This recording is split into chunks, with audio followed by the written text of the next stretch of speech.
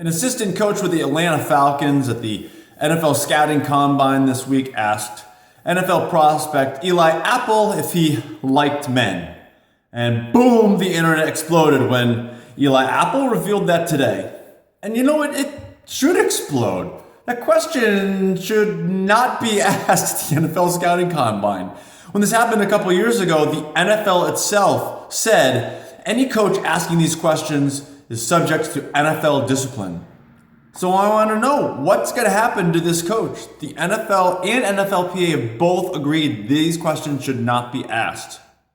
Somebody's sexual orientation, their religion, their ethnicity, none of these things are relevant to whether somebody can make an interception or tackle a player on a football field. And from what we're told, that's all the NFL cares about, right? That's all the Falcons and the Patriots and the Broncos and everybody else cares about.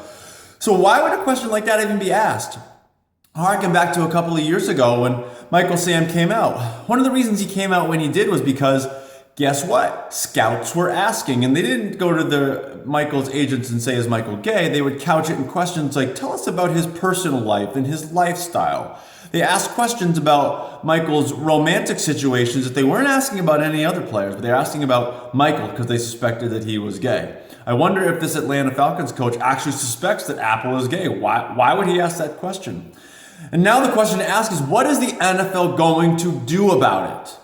There's lots of, when these things happen, there's generally fines and slaps on the wrist.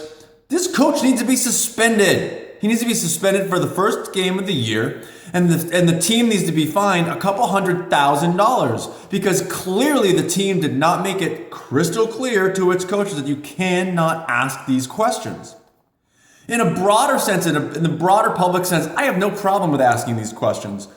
Ian Thorpe, the Australian swimmer who came out publicly recently, well, a couple years ago, he said that when he was asked questions about being gay in his career, that it pushed him back in the closet a little bit. These questions are not off limits to the general public, or I think to the media. The question isn't wrong because the answer isn't wrong. Being gay isn't wrong. And I'm sorry that Ian Thorpe had struggled with it, and I'm sorry that questions about his sexual orientation pushed him in the closet, but many other athletes have said that they were kind of waiting for somebody to ask. John Amici talked about that when he came out years ago. He said, all somebody had to do was ask me, and I was going to tell them the truth, but no one ever asked. I ask athletes all the time if they're gay or if they're somewhere along the LGBT spectrum.